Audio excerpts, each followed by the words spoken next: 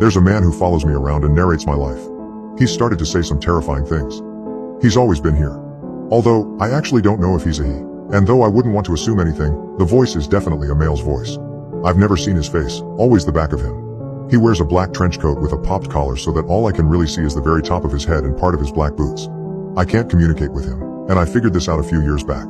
He just stands a few feet away from me at all times, his back to me, narrating my entire life. No one else can see him. I figured this out a few years back as well, nor can they hear him. My day usually starts off the same. I always wake up to the same sentence. Natalia wakes up and rolls over in her bed. Every single day he says that because that is what I do. It's all very mundane. My life is not that interesting after all. I've sort of learned to live with it and I can almost tune him out now. I've never really told anyone else about him because I know that no one would believe me. So I really don't have much of a choice, other than learning to deal with it and tuning him out when I really need to. About a week ago, I was cooking dinner. Mashed potatoes and black bean tacos, and tuning him out as normal. As I was chopping up some cilantro for my tacos, however, he said something that caught my attention. Natalia is innocently chopping cilantro, without any knowledge that she is in grave danger. I froze, the knife in the middle of my small pile of cilantro, and looked over at him. He was standing on the other side of the kitchen island, facing my dinner table. "What?" I asked, knowing that he wasn't going to reply. At this point, I think I'd be more freaked out about him replying than him not. He said nothing for a few minutes, so I finished chopping, wiping the pieces of cilantro that got stuck to the blade, with my finger and cutting it in the process. Fuck. I turned around and turned on the faucet, rinsing the knife in my finger. Natalia cut herself, and her blood oozes out, pleasing the one who watches. I turned the faucet off and turned around. He hadn't moved, but I was sure that I heard him correctly. I walked over to the window on the wall to my left and pulled on the cord, shutting the blinds as I became paranoid. I managed to eat my dinner and do the dishes without any other weird comments and got ready for bed. As I got sleepier, I reached over and turned off the lamp by my bed, rolling over onto my left side and closing my eyes. Natalia rolls over, closing her eyes and peacefully lying in her bed. What she doesn't know, however, is that she will soon face a horrible fate that will end in her death. I opened my eyes, sitting up and looking over at his silhouette, slightly lit by the moonlight.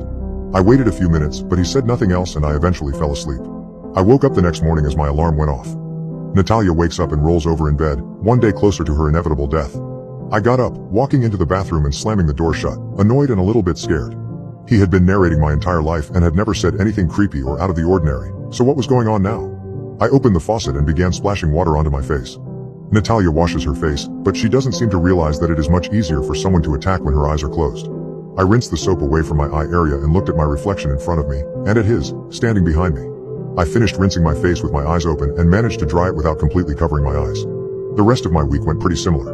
Normal narrations for the most part, with some creepy stuff sprinkled in. He's coming for her very soon. It is unavoidable. Natalia must die. Every time he said something, I looked around at my surroundings, paranoid. I spent the entire week anxious and paranoid.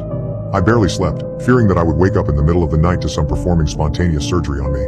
I put a knife in my bedside drawer and pepper spray under my pillow. Yesterday, there were more creepy things than usual.